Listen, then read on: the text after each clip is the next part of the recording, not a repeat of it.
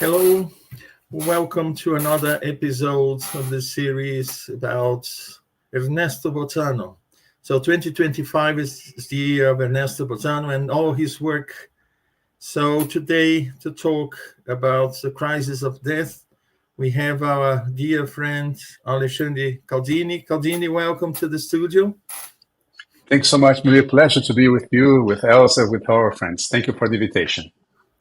The pleasure is all ours.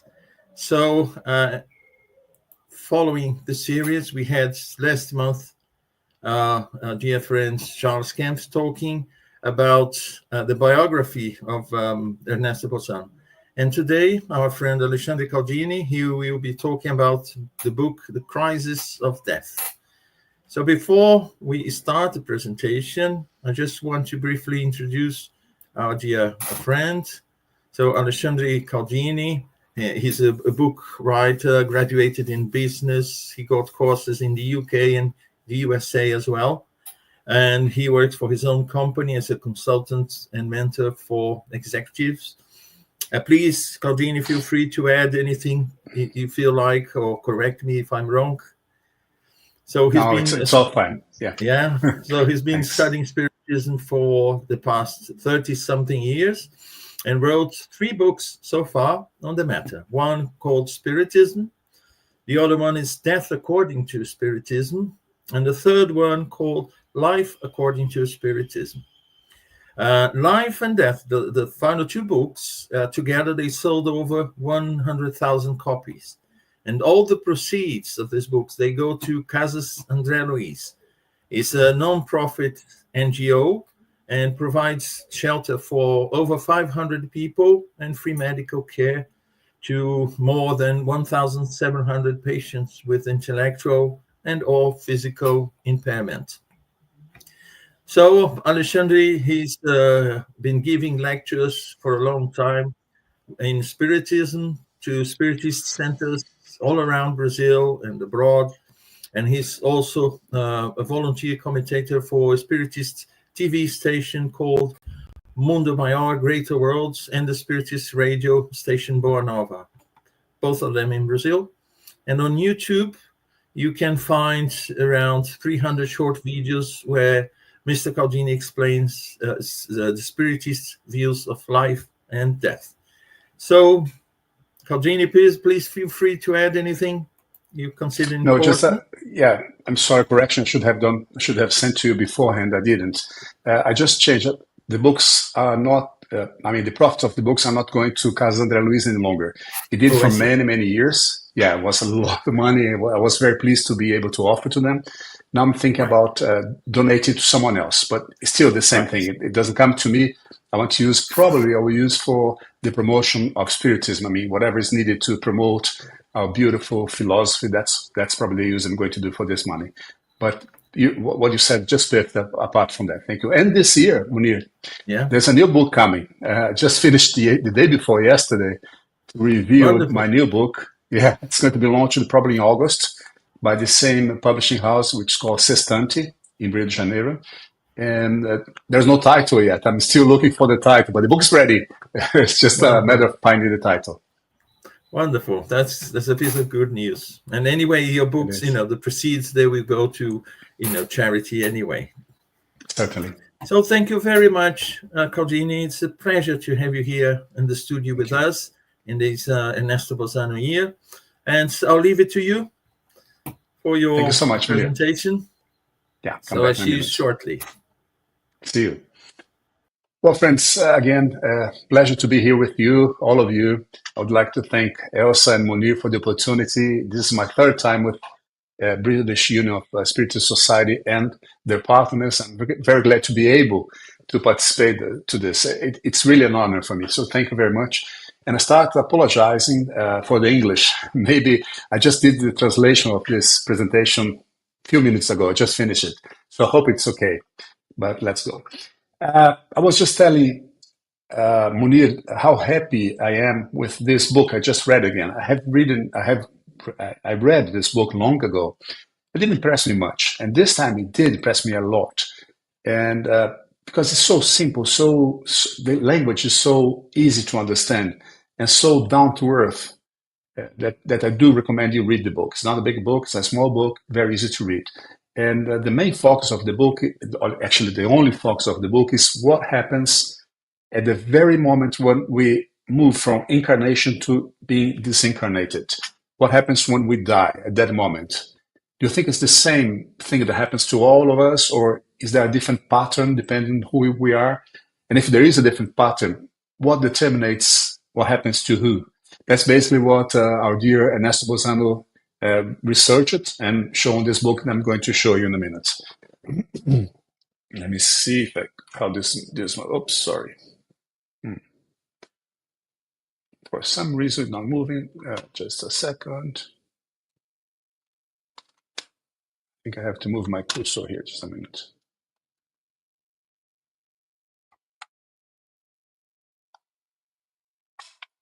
Oops. Sorry.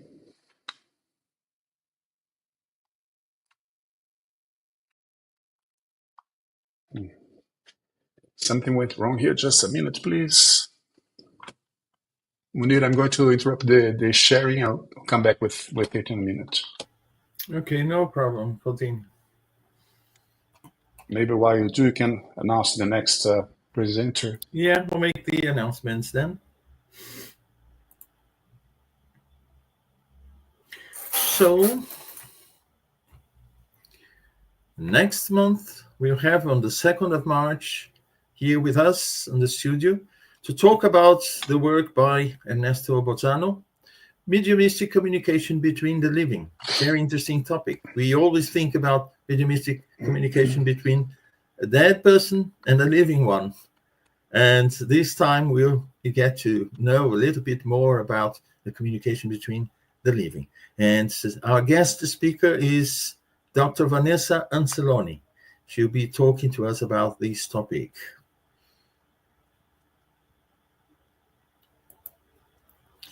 We also have studies, and this one is organized by the Spiritist Center for Peace. It takes place online on Wednesdays, 12 noon London time, where we have the opportunity to study the books Heaven and Hell and also the Gospel According to Spiritism, both by Allan Kardec.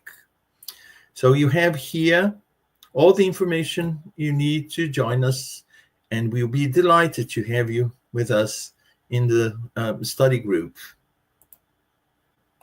We also have every Saturday, 10:30 a.m. UK time, we have a study group for the Mediums book.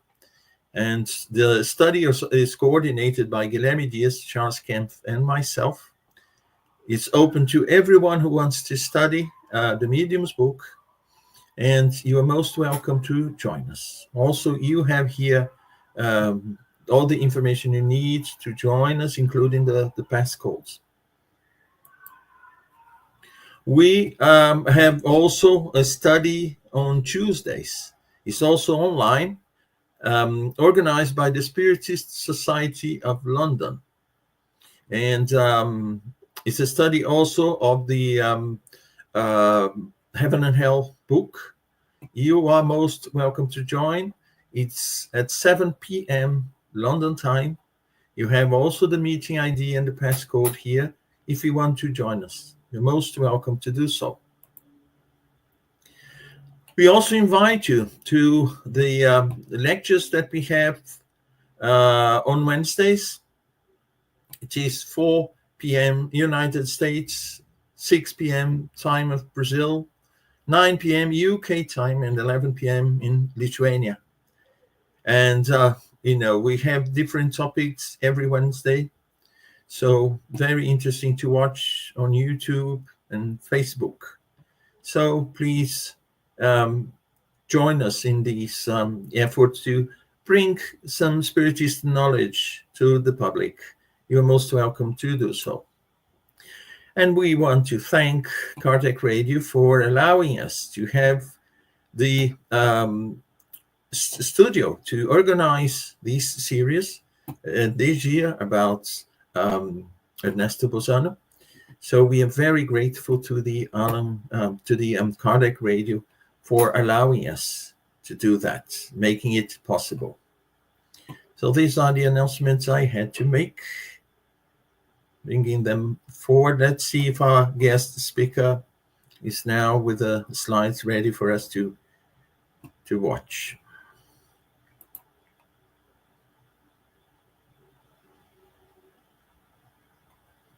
So while we wait for our dear guest speaker to come back to the studio, I just want to say this is an effort, a joint effort of the Spiritist Center for Peace, together with the British Union of Spiritist Society, the Spiritist Society of Ireland, Kardec Radio, Allan Kardec Study Group.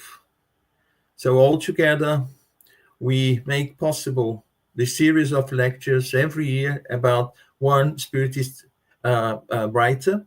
We had first Léon Denis, then we had Gabriel Delanne, Camille Flammarion, and this year, 2025, we have Ernesto Bozzano. So I hope you enjoy the lecture. Let me bring back to the studio our dear friend Alexandre Caldini. I'm sorry. Yeah. Can you see me? Can you hear me? I can see you. I can hear you. I can see the slides as well. Good. Sorry about that. I think now it's going to work. Sorry. So let's go. I can see your image. Okay. Can you see the presentation as well, right? The presentation I can, not your image. Right. No. Oh, not my image? No. Oh, sorry. But let's go for the presentation then, because I don't know how to move. Problem. Okay? Yeah. If you don't mind. At the very end, I can come back with my image. Yeah. So, friends, again, sorry for this interruption. So this is a book published in 1922, and you can find it in Kindle. In reais, only found in reais. I didn't found in pounds. When in reais is 30 reais, 274 pages, and in paperback you can pay basically 13 pounds, sterling pounds, or 120 reais for the paperback version, which is 200 pages basically.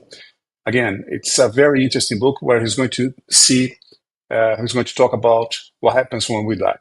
First, he shows evidences of what he's going to show. He shows basically 17 different cases of the moment where people are dying, what happened to them. And he says, basically, he looked at very different publications. None of the cases he shows, none of them was cases that he himself was involved with. Basically, he made a research on different publications. Those publications were about cases involving different mediums and different spirits. So he says, take a look at these 17 cases. There's plenty of quote-unquote similarities, coincidence, quote-unquote. So it's not a coincidence. Once it's different spirits, different mediums, and same results, so he says, so this is an evidence that this is true. Second, some of the mediums, he published the results, they were completely ignorant on spiritual matters. They have never studied Spiritism, or they were never even involved on any spiritualistic philosophy or religion or anything like that. So he says, because they didn't know anything, it's very interesting the way they provide the answers, because it's very much aligned with the Spiritism without them having ever studied Spiritism. And third and last, he says, it's very interesting because what those mediums say for what they have received from the spirits about the process of disincarnation, it goes completely 100% against, in opposition to their Christian faith. Most of them were Catholics. Others were of different religions, but basically Christians. And so these people believed in heaven and hell, and the judgment by God, and what they show through their mediumship is a totally different ballgame. So it says those three things, for me, Ernesto Bozzano, they show that the results of this are true. Let's move to the cases. They're very interesting. I'm going to show very briefly each case to you, just a summary of it. The first case is of a person that was a castaway. He was in a ship that wrecked, and he was drowned, and he tried to save his wife, and they both died. I will show you like this testimony first, and the word of our dear writer Bozzano in black, right? The apprenticeship. This first guy says, I didn't suffer at all. As a matter of fact, none of the people who died in this accident suffered.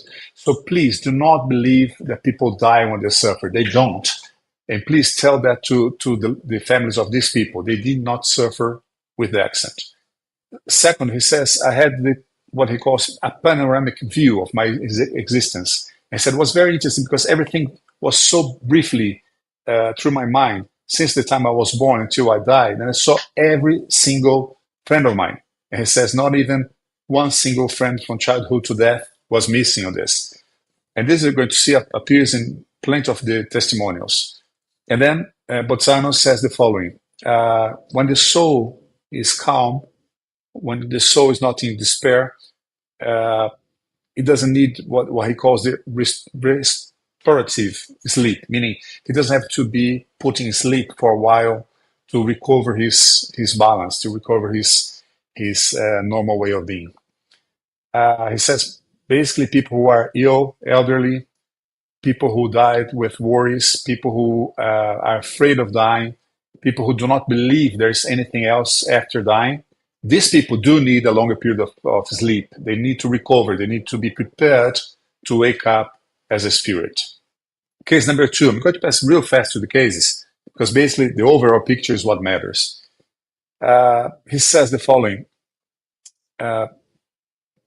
It was not easy for this guy. This was a person who was totally indifferent to the spiritual world. Never paid attention to that. Never really cared about if there is a life after death, if there are spirits or not. It didn't matter to this person. He said it was a bit difficult to separate from the body, to get away from his body. It was not very easy. To the opposite of the previous one, which was very easy, he was almost immediately out of the body and living as a spirit. He says, when I woke up, my body was kind of in decomposition. So for that, I believe I was sleeping for many, many days or perhaps months or perhaps years. That was the clue for him to try to set the time he was asleep. He said 2 known people came to me, 2 gentlemen, to receive me. This is very interesting because normally people see their friends and their family. They come to host us when we die, when we pass away, when we go to the spirits world. In this case, it was 2 unknown persons. And why is that? Bozzano explains a bit down there. First, this spirit was what he calls a gloomy environment. Everything was a bit dizzy, a bit difficult, was not so clear. And he was received by unknown spirits because of affinity. Those 2 guys, they didn't have much of a spiritualization either. But they were still very nice people, but they were kind of like this gentleman itself. So you are received by the people like yourself. There's a lot of affinity on this time. And the interesting thing about this case, Bozzano points to us, it happened in 1857. And this was the very beginning of Spiritism. Kardec was just starting to investigate the spiritual world and started to write his book. So there was no way that this spirit and this medium could know anything about Spiritism. And everything they say is very much aligned with the Spiritist philosophy. Case number 3, it's a soldier that went to war. He got typhus. He was really ill. He was sent to the hospital, and he died in the hospital. And said, immediately after I died, I felt very well. Funny enough, I was very well. And I was received by my colleagues. Funny, the guys who received me were exactly the same guys who I have buried before. Guys who died, my companions, my colleagues who died in war, and I had buried them, and they received me there as very good friends. Then a little bit later, this spirit says that his grandmother invited him to her house. And to that, Bozzano takes some conclusions, very interesting conclusions. First, this spirit did not recognize his grandma. She had to change her appearance as an old lady, as the grandmother, so this spirit could recognize her. So that means that we can change our looks when we are as spirits. We have that ability, right? So, second, he says, but what about a house? Your mother has a house. That's weird. I mean, spirits have houses. And Bozzano explains, yes, they do have houses. Everything is created by the power of our minds. So you can create a house, you can create whatever, a lamp, you can create a piece of pizza, you can create a bottle of water, whatever you want to, because you have this power. Spirits can create things with the ability of their minds.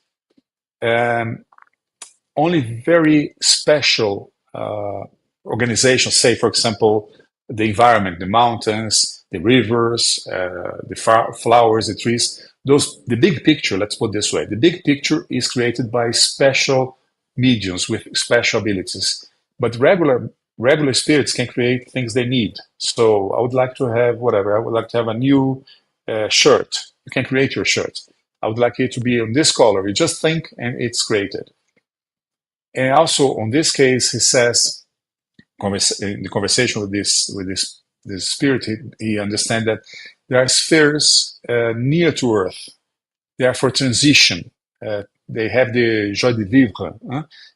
They have they look more or less like the places we live, to be less dramatic. He says, imagine if just regular spirit, not very wise yet, not very developed yet, suddenly from day to night dies, and then suddenly is in a totally different environment with nobody flying around.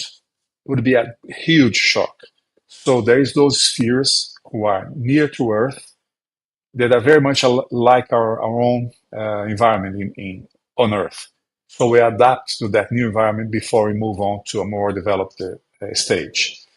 For me, friends, this was a huge understanding. Why? Because I never really liked so much the Nosso book, Nosso history, and all those cities in space. I said, oh, this is not true, can't be true. Why do a spirit has to take soup? Why do they have to have a house? Why do they have to go to the bathroom? Why do they have to have a pet? I don't believe that. Why do you have to work to pay for your own expenses when you're living as a spirit? I never really accepted it very much. And when I say this, and you're going to see this repeats over and over and over again on the cases, I say, well, perhaps this is true, because much earlier than Nosso Lar, much earlier than Chico Xavier, this was already being expressed by so many different spirits. So it's not that you need a material thing, but you can have it if it makes you feel more at easy in this new environment. Case number 4, again, a soldier, but this soldier was for First World War. He died in battle. And then he came to the medium. He was announcing the death of other soldiers before any news came to the family. He was, for example, say, well, John died today on a bombing attack, and so did Peter. 3, 4, 5 days later, a week later, a letter would come to the family saying that this guy died at the very same date. So this is a confirmation that this is all true, that the guy was there seeing what was happening in battle. Also, in this testimony, there's something interesting. It says, no two spirits go through the same experience one day. Why is that? Because we're different. I'm different than you. You're different than me. I have a different pattern in terms of moral development and abilities, different than yours, different than my mom's, my dad's, my son. So every single person enters the spiritual world through a different door, because no experience is the same. But you're going to see later, there's plenty of common experiences among us. This guy died of a grenade attack. So he said his body was abruptly, his etheric body, his perispirit, right? The perispirit was taken abruptly from his material body. That causes some shock. He had to recover from that. And he also says not every single spirit perceives other spirits. You have to have a certain degree of spiritualization to perceive other spirits. Some don't see any spirit to begin with. Then afterwards, after a while, they might start seeing other spirits around them. And Bozzano, in this case, says the sense of isolation that this spirit has experimented is because he was still unperfected. He didn't perceive the spirits or the other spirits. The thinking creates the destination after all that. So if I believe I'm going to go to paradise, I probably will go to a place that looks like paradise. If I believe I'm going to go to hell, even though those hell and paradise do not exist, I might go to a place that looks like hell because I believe in that. I how can I say that? I built this image around me. So different beings, distinct development, they go to vicissitude or virtue, venture, depending on how they are. Case number 5, this is a reverend, right? And basically he says the same. I mean, you go to where your moral, intellectual, and spiritual conditions allow you to go. But there's a law of affinity. You're going to be together with your peers. And this was very interesting also. He said he met his sweetheart, he met his wife, and that was a great joy for him. But not long they had to split, they had to separate, because he says there was a bifurcation between us.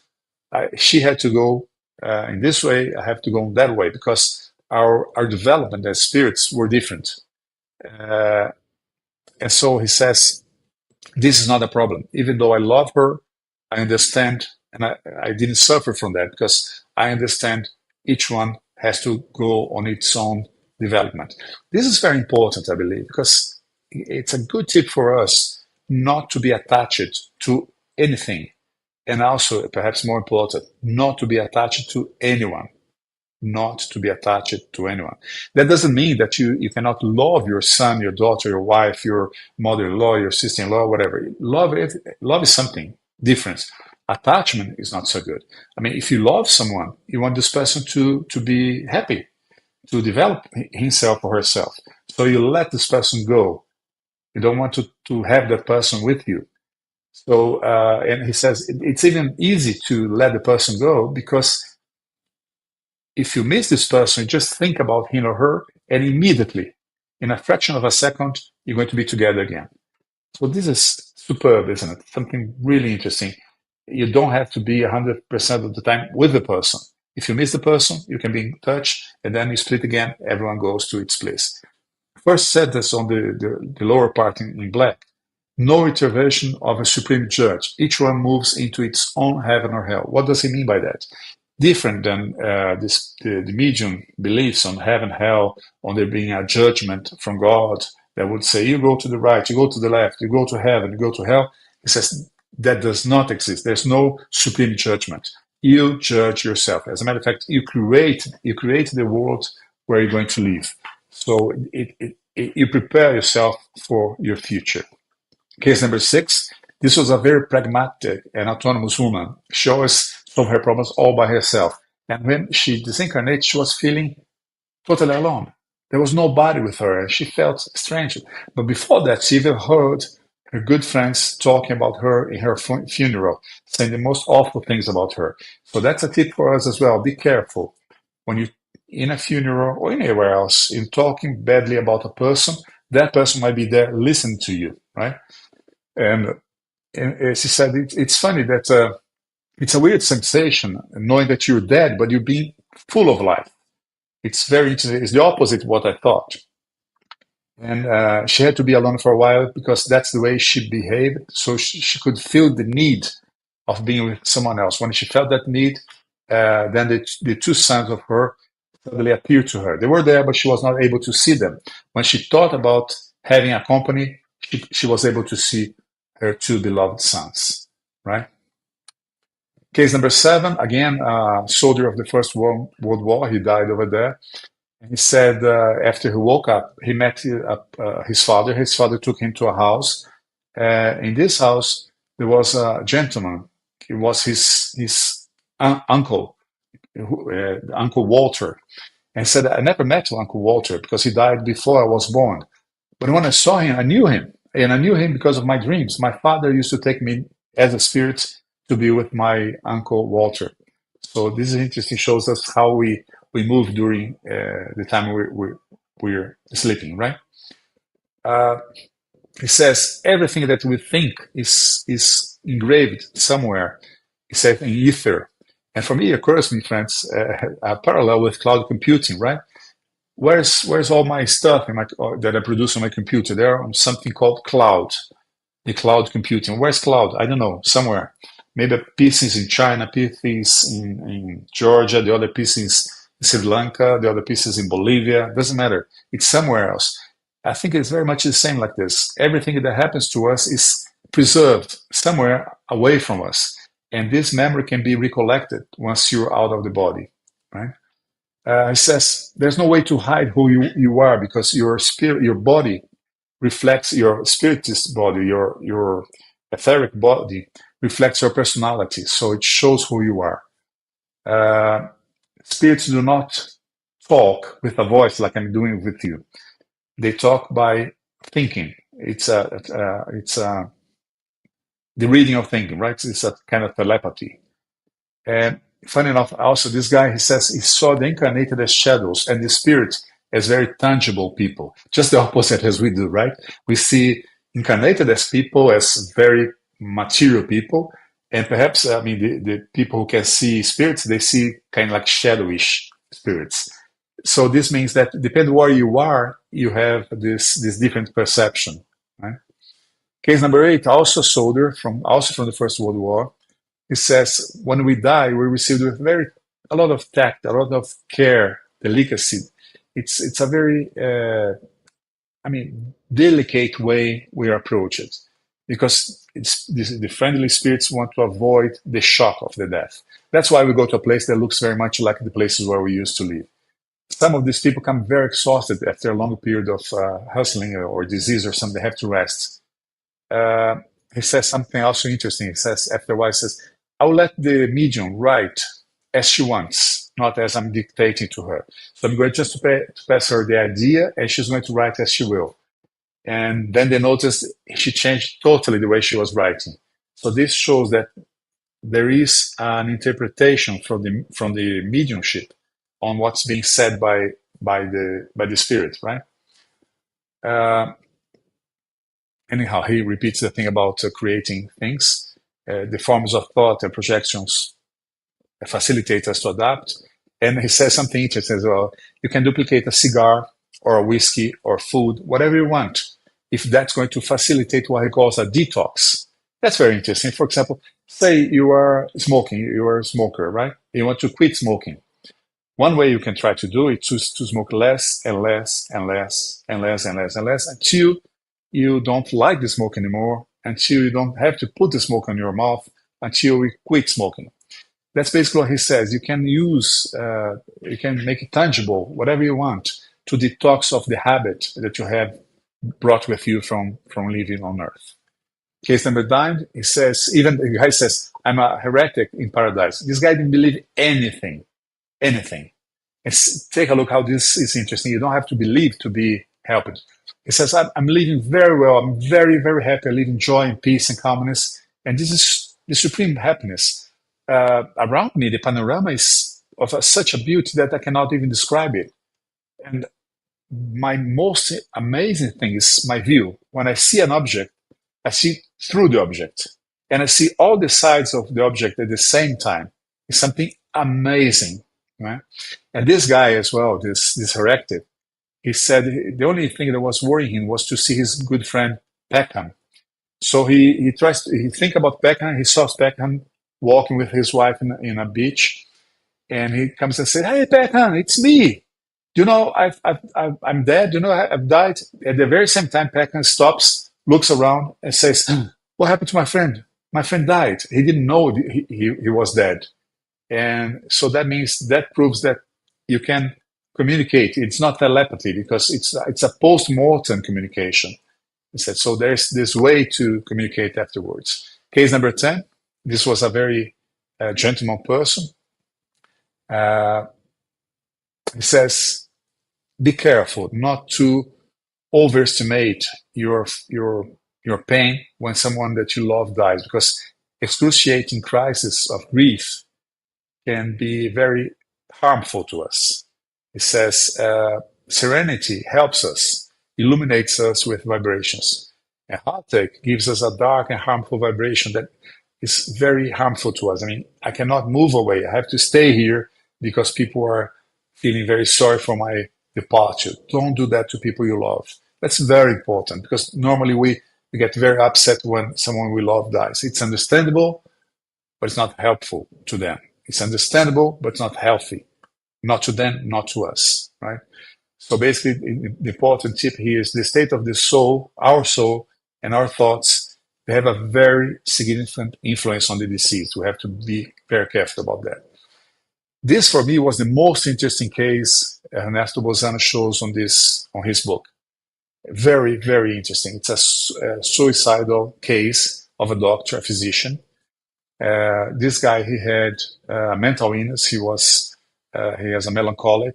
It was something he inherited from his family. And when he comes back from war, he decides to commit suicide. He kills himself. Well, we listen in Spiritism that once you kill yourself, you're going to go to a very horrible place that, due to a Brazilian book by Ivone Pereira, it's supposed to be a place called the Suicidal Valley, right? I personally don't like the book, actually. I don't like it at all, because it shows a very horrible place. It doesn't show any mercy with these people who have committed suicide. And this is a different view. He says, my first impressions after I died was of a lot of joy and was a relief of getting rid of my body. More, he says, no one on the spiritual world questioned me about the way I died, and I was very warmly received. He said, I felt much better. I felt younger. I felt full of energy. I felt happy. So see how different it is from what we are used to hear, right? And for the first time, he said, I was more confident on myself. I was liking myself. But then the medium, he was kind of criticized by the other medium, by the people, by the spirits. He said, no, this is not possible. It's not possible. He committed suicide. He cannot be good. And then they inquired him again. They asked him, how come you're so good if you committed suicide? He said, well, this is my experience. The experiences varies from person to person. And then another spirit said, this guy, he was not wholly responsible for the suicide because he was ill in terms of mental. He had a mental illness, right? So each experience is a different one. That for me showed a very, very, very important thing. Let's not judge anything, but let's specifically not judge the suicidal people we know. We never know what happened to them. We never know what was going through their minds. We never know the reason. Actually, there's no one reason. There's many reasons according to the people who studied suicide. So let's not judge. It might be a case like this when the person might be well. Then case number 12 is a reverend. Basically, he says the body is a very tight cloth. To get rid of it, it's a wonderful sensation. Cool, isn't it? It says past, present, and future are basically the same. They work simultaneously when you're in the spirit's world. He said, when someone asks me something about my past, I have kind of like get away from myself, reduce my mind to the size and potency of a human proportion to remember something. And when I come back, I already forgot what I was to remember. That happens to us as well when we're dreaming, right? You wake up, you don't remember anymore what was just on your mind a few seconds ago. So there's similarity there. But basically, it says this feeling of such a huge mind, expanded mind, you can have it on ecstasy or catalepsy when you're in coma, when you're in pre-agony, and when you're using narcotics, or if you're a somnambulist, or during a mediumship activity, right? So when you're basically almost out of incarnation, you can reach that level of awareness. Case number 13, it's a spiritualist, and she says basically what the author said as well. Death does not exist at all. The meaning of that word is totally nonsense. Don't think of me as dead. I'm not dead. She has a very beautiful saying, say, no traveler arrives in the spirit's world through the same door. Meaning, again, each one has a different experience, right? She says life on earth is just the most desolate part of our existence. It's just a shadow of the existence. She says there's much superior spheres, and we're going to go there somewhere. We have the means to go there somewhere. And from these superior spheres, what she calls superior spheres, is where the superior spirits are, and they're in continuous sending, kind of like vital flows of sparks to the universe. These sparks are absorbed by the vegetal kingdom, she says. And this is new, right? And then Bozzano said, well, that might be an explanation. Because how can we understand the evolution on Earth from monad to amoeba, from amoeba to lichen? How can we understand the progress we had with sensitivity to mobility, to instinct, to intelligence, to consciousness? This movement, something made this happen. Maybe it's this explanation that she just gave us. Okay, so 14, it's a noble spirit, already very well developed it. She said, please scrap from your mind the idea that I'm far away. I'm close to you. Every spirit is close to all of us. Again, she says, as the other ones, I'm renewed, I'm more exuberant, I'm more lucid, I'm happier than I was before. And this one, she said, I listen to wonderful music here, a very, very, very wonderful music. But funny enough, not all the spirits around me can listen to that. And Bozzano explains that, saying you have to be on a certain level of spirituality, of spiritual development, to be able to vibrate to your etherical body, your perispirit, to vibrate in the same level of this music, to understand this music, to listen, to live this music. Another thing interesting she says is her mother and her father suddenly disappeared from her. They vanished. And then Bozzano explains that. He says it's what we call the second death, a new death, another death. They, quote unquote, died from their sphere where she was because they were purified to better stages of life. Let's put it that way. So they don't need that body anymore. They don't need to be on that level of environment any longer. Case number 13, we're going to the very end. It's only 17 cases. This is also very interesting. It was a huge surprise to me. Guess who is the spirit? No one less than Rodolfo Valentino. That's very cool, isn't it? I didn't know Rodolfo Valentino was a medium. He was a medium. He used to write and to give psychophonic mediumship as well. So Valentino was very ill. He was in New York City, and he and his wife had a very good friend called Jenny. And Jenny was already passed away. She was dead already. And suddenly, Valentino's wife was in France, in Nice. And this spirit called Jenny, who was a friend of the couple, he gave a message in Nice saying this spirit was watching over by the bed of Valentino until he died. Then Valentino dies. Oh, sorry. And Jenny also says, I saw when Valentino was taken from home to the hospital, when he was transported from home to hospital. Then Valentino dies, and about a week later, a letter comes to the wife, who was also again in Nice, and the letter was from Valentino's sister-in-law, and she says that Valentino said he saw Jenny, and he called her name while he was being transferred from his house to the hospital. So at the very same time that Jenny said she was there looking for Valentino, he said he saw her and he called her name. So Bozzano says this is a triple confirmation of the thing. The spirit of Jenny said that he was there, she was there, and what happened? Valentino saw her, called for her, and the sister-in-law saw that scene and wrote that down to the wife. So there's a triple confirmation of the happening.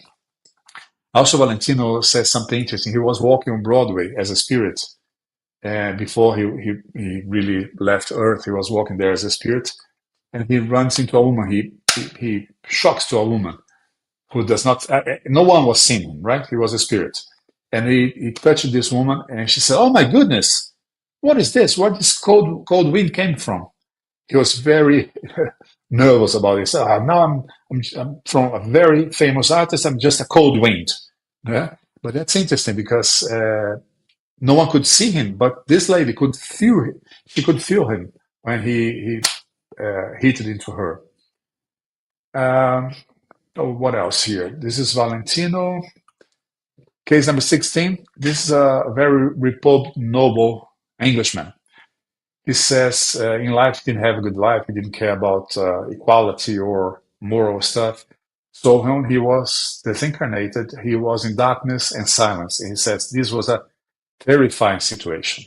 He doesn't know how long he was in this situation, but for a while he was searching for someone, searching for life. This was very difficult. And he was, because of my inequity, I had a very perceptor of me. It was a kind of like a ghost. My inequity was my ghost. And there we see we don't have to have a person after us feeling like guilty or remorse or something like that can also be our ghost, right? And he said, once you're aware of the situation, once you see that you have passed away, that you're now a spirit, you begin to progress to redemption.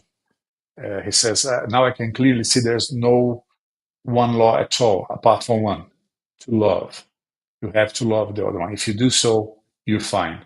So Bozzano says the sensation of loneliness and abandonment is because you don't see the superior spirits, but they're around you. And the sufferings are all moral, right? Like you miss people, it's impossible to have what you desire.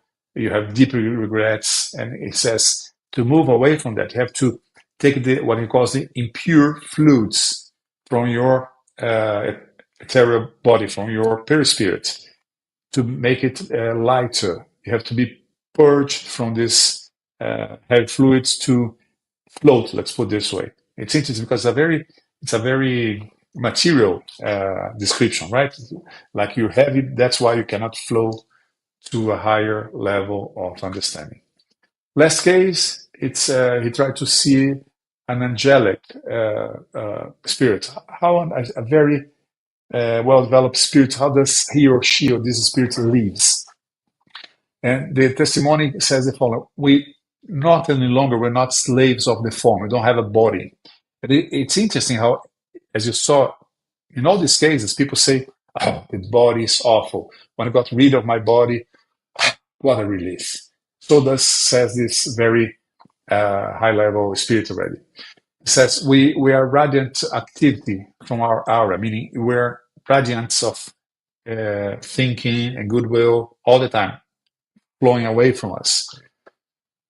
Our thinking changes a lot. We experience a much wider thinking with a prodigious transformation expansion. So I think we can translate that into being much more wise, much more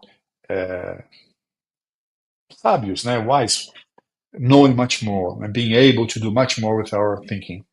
Matter and space do not exist any longer. Past, present, and future all together. That's very interesting. Difficult for us to understand, right? But that's the way they are. Our personality is shown to all spirits with whom we have affinity. So you're in touch at the same time with every single person, spirit you love. That's what it is to be a very high level spirit in terms of moral and intellectual education. And lastly, we are a radiant state where knowing is equivalent of being, and vice versa. So it's not that you know and you are. Knowing is what you are. So the knowledge, here we can see how the importance of educating ourselves, not just morally, but also intellectually. You have to study and study and study. Study is not just reading a book. Studying the universe around us, studying people, studying ourselves. And Bozzano, out of that, says that the spirit's experience for high-level spirits is not limited by shape. They are conscious centers of psychic radiation, but keeping an identity. They don't lose the identity, but they're in touch. They're kind of melted with everything else, everyone else, but still they keep their identity. And it says something very interesting as well. Omnipresence and omniscience with the source where they emanate. What do I understand by that? You're so close to the source of everything. What's the name we give to the source of everything? God, right? So you're on the omnipresence and omniscience with God. You and God are, my understanding is that we're mixing with God. We're so internal to this. We're so embodied to everyone else and to God as well. That must be a superb experience. It's difficult for us to imagine, but perhaps we start stretching the understanding of this. And now we go to our conclusions after seeing those 17 examples. Basically, he says there's not such a thing as one single door to access the spiritual world, meaning there's many different ways to enter the spiritual world. Depending on who you are, what's your moral status, what's your intellectual status, how do you see the world, you're going to enter in a different way. But there's some fundamental details that are common to all the spirits, and he listed them. First one, spirits present themselves as human shape. Spirit's not a little light, it's not a shadow, it's not spirits present themselves as human. They have a body, they constitute a body for themselves. For a while, most of us ignore that we have died. The first impression is, no, I'm alive. I have not. You must have seen that on your conversations on the Spiritist Center. It's very common. And I have to easily, with a lot of care, to explain to that person that yes, you have passed away, and that's okay. You're not dead. You just don't have your body any longer. All of them mention the so-called panoramic vision, reconnection of all the events on their lives. This is also very common, friends, on the AKM or near-death experience, right? When the person, quote-unquote, dies for a few moments, when it's on a surgery or on a car crash or something, and then recovers itself after a while, then recollects seeing the whole entire life passing ahead of him or her, right? We are received by our relatives or friends. Very common, very, very common. We have seen many people who are just about to die saying, oh, this is grandma's here, grandpa's here, my dad is here, my wife's here. They start seeing people that have already died. The spirits are coming to receive them. It's a long, more or less long, the so-called restorative sleep. As a matter of fact, some of the spirits said it's not really a sleep. It's more like you're in a, how do you say, transe in English? You're more or less like out of yourself. We're not really sleeping. The environment can be radiant or oppressive, depending who you are. If you prepare yourself for a good place, if you live in a good life, you're going to be in a very nice place. If not, you're going to be in a place that's not so pleasant. So we create that, which can be translated by heaven and hell if you want to. The spirit environment is analogous to Earth. We create what they call spheres around Earth to receive us as spirits that are yet not ready for such a strong move as from incarnation to disincarnation. So you have to see a place that's more or less like the one you used to avoid a very strong shock on this change. Thinking creates object and scenario. We have seen that. Transmission of thought is the language. You don't talk, you understand the others. Spiritual vision is sharply and amplified. You have seen that, right? You can see through the object. You can see all the sides of the object very easily, very beautiful. We can transport ourselves by the act of will. I want to be in Siberia. Bah! You're in Siberia. I want to be with my grandma that's already dead. Bah! I'm there with my grandma. So you transport just by thinking. The law of affinity defines our destination. You're going to be where you belong. You're going to be with the people that are more or less like yourself. Affinity.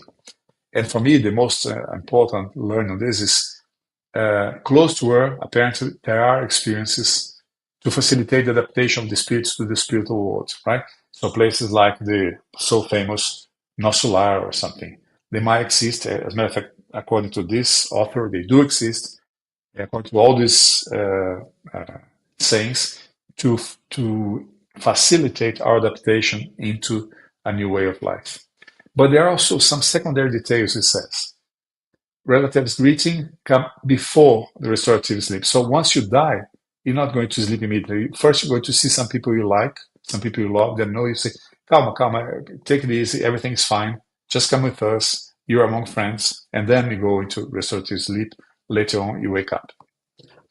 Etheric body glides above the somatic body. It says every single person see itself on top of the somatic body, on top of the dead body.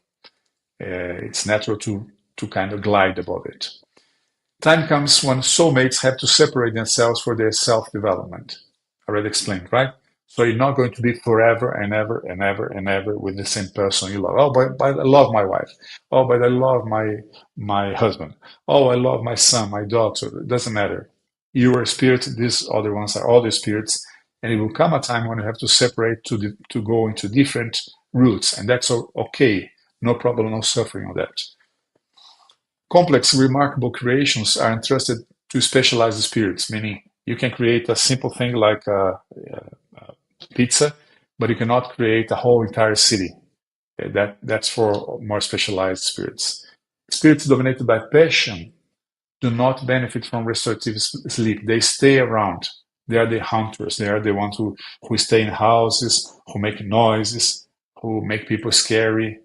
Those stories of ghosts into haunted houses, haunted castles, that's it.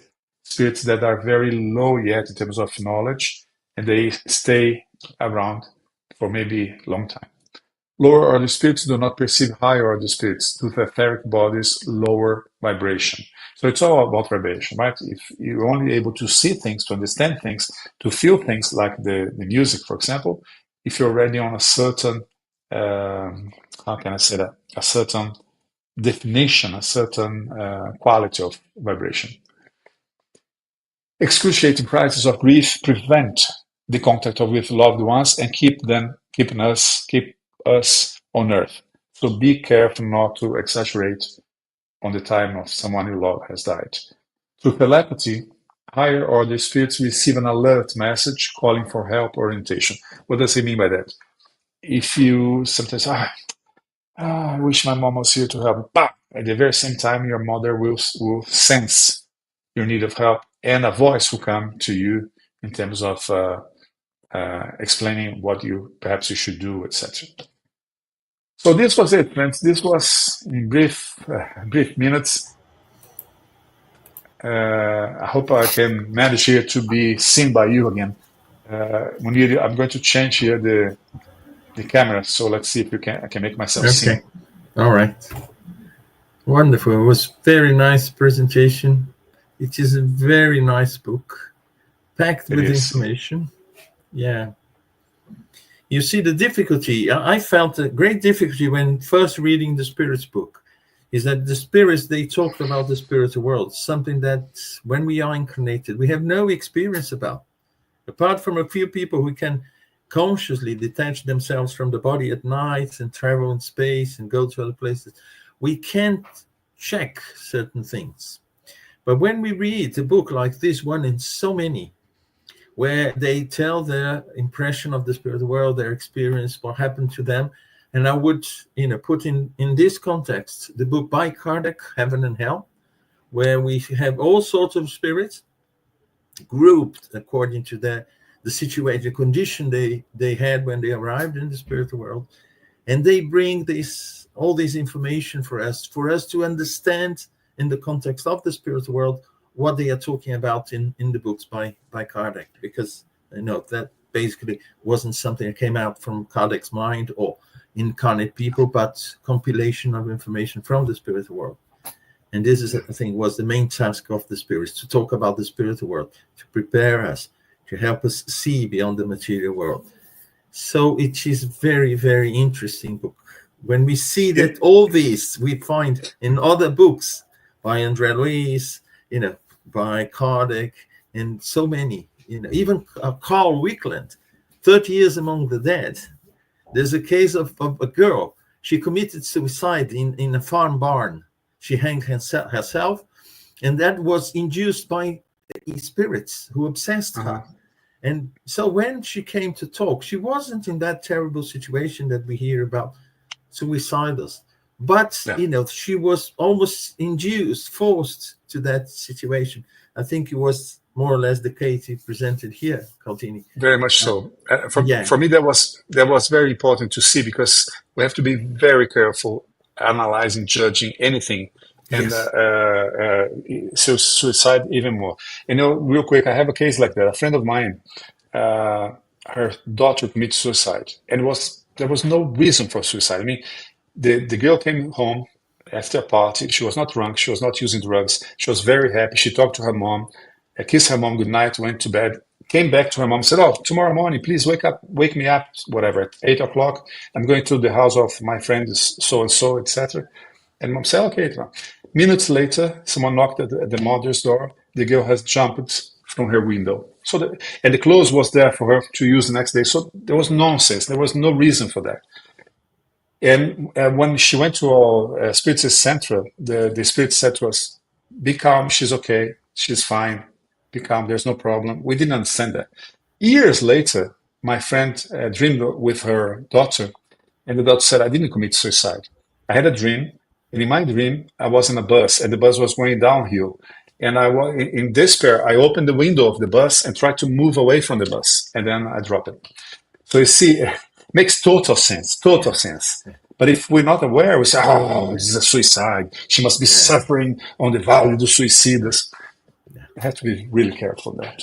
Yeah. Intention is everything. In all our actions, intention, what is behind, what moves us to do certain thing. It may happen out of despair, or because we are basically insane or obsessed, or there are so many reasons there. And we should always wish the best for the person and not think, hey, yes, as you said, oh, it's probably in the dark zone suffering so much. And no, Not necessarily. Yeah. not necessarily. And what we learn from these testimonies, from so many books, is that there is a common situation, but there are also variations, and they may vary a great deal. It's like, well, what's the normal process of recovering from a skin cut? Oh, it normally happens this way in so many days. But if there is something unusual, you may get a bacteria, for instance. It may take ages for you. It may be a very painful process. And then you may say, how come? So everyone who gets a cut like mine will suffer, how the suffering I had to go through to bear. And it's not true. So we should be open to that. Of course, suicide with intention is terrible, because basically we are denying a benefit that we have of an incarnation. We are actually, going against God, But there are situations where, it's basically out of our control, and we can put everyone in just one basket, and say all cases are like this. Everyone who dies will sleep for so many days. Everyone who dies will take, That's why I love that. I love that phrase that the lady said, there's not one single door that everyone goes through. There's so many doors. I mean, depending on who you are, you go through a different route. Exactly. Right? We have and for me, was very, for me, it was very educative as well to think that, to say, Munir, that one of the guys was totally septic. He had a very good welcome. He was very happy. He was feeling so joyful. So you don't have to be a believer. You don't have to be spiritual. You don't have to be religious. You have to be a good person. I mean, you don't have to be anything. But if you try to be a proper person, your life's going to be good. That's only logic. Already here, incarnated, and in the future as well. Yes. You don't have an ID card saying, oh, I belong to this religion, so I should go to right, you go to left. No, yes. It's basically, it comes from inside. How much we how bright we are, that will tell how high up we can go. Yeah. Having said that, probably taking your explanation to have a card, I'm from this religion, that religion. If we are from this religion, I believe very much that, for example, there's heaven and hell, and I'm not a good person, maybe I will go to hell. I mean, I'm going to build a hell for me. I'm going to see. I'm going to see whatever I believe. Nah? That everything is on the mind. Yes, yeah. So I advise everyone to read this book, or Heaven and Hell by Allan Kardec, or even 30 Years Among the Dead by Carl Wickland, where through his wife, she was a medium and he was a dialoguer. And there are so many interesting cases, because when we see this, this broad group, we see what is common amongst all them and what are the particular aspects of each one. So it helps us understand, There are cases, for instance, there are books. We know the person arrives in the spiritual world, wakes up in a hospital, and meets for the first days the same person that he or she doesn't know. But is a nice person, is always bringing comfort, paying a visit, and so on. And only later that person will know that, yes, we were close friends, before you incarnated. So it's going to take us some time to remember who I am. Because sometimes we expect, oh, my mother from this incarnation, my father, or, someone I love, my wife, this or that. Which mother? Which one of the dozens of mothers you have had? Which one do you want to meet? Right? Yeah. There's one thing, just one more thing that you said. I didn't put everything here because it was too much, but he said something interesting as well. He says at that time, 1920 something, the Latin spiritists knew about reincarnation. The non-Latin ones, the Anglo-Saxon spiritists said it doesn't exist in reincarnation. And he said because they were very prejudiced against being something else. So he said once you die, these people still do not believe in reincarnation, and because of that, they're not able to recover their quote-unquote past lives. And the ones who believe in incarnation, just like this, they could see their past lives very easily. So that's interesting. Once again, you built your barriers on your mind. You don't see what you don't want to see. It's very interesting how it happens. Yeah, how long that state of confusion lasts. We go through, but it may be very short. It may take, much longer. It depends how spiritualized we are, how prepared we are, for death and for, the continuation in the spiritual world. And so everything is in us. We, have this garden. We look after this garden. Whatever we cultivate in this garden, that's what we are going to find, And that for me is the most beautiful thing about Spiritism, autonomy. That's for me, it's the best thing God has given us is autonomy. God trusts us. Do whatever you want. You're fine, Munir. You do whatever you want. It's on your hands. That's beautiful. But not everyone wants it because it's much easier to delegate to someone else. Please do it for me, right? Ask for the good things and, put the blame on others for the not so nice. True. But God created this vast universe and beautiful and say it's there for you. Go and find the best place for you, Go and work your way towards that heaven for you. So that's why it's different for each one of us. But we should thank God for this opportunity of getting to know all this, why we're still here. Because basically we are preparing ourselves for the inevitable. We all have a return ticket, We don't know the date. Again, we have been there many times. The responsibility is higher because once you know, obviously the responsibility is higher. You cannot say you didn't know. You did know. So all this is not for the others. It's for us, to make good use of it. So, Caldini, thank you very much indeed. We have here with us, saying hello, our dear friend Elsa Rossi, Liz Costa. Hello to you all, and those who haven't, send a message to us. But hello to you all. Pleasure to be here with you. Sorry for the hiccup, but I think the pearl of this presentation wasn't touched at all. It's brilliant. It's very nice indeed. So, Caldini, thank you very much indeed once again. The other way around. Thank you so much, Munir. Thank you again. Thank you, pleasure. Elsa. Thank you, all the friends. It's a pleasure and honor to be with you. I hope next year we'll have a different book to read and to speak again. Let's do it, And thank for those who are watching us. So see you in a month's time. As I've announced before, on the 2nd of March, we will have here with us Dr. Vanessa Anceloni, and she'll be talking about the mediumistic communication between the living. So hope to see you with us next month.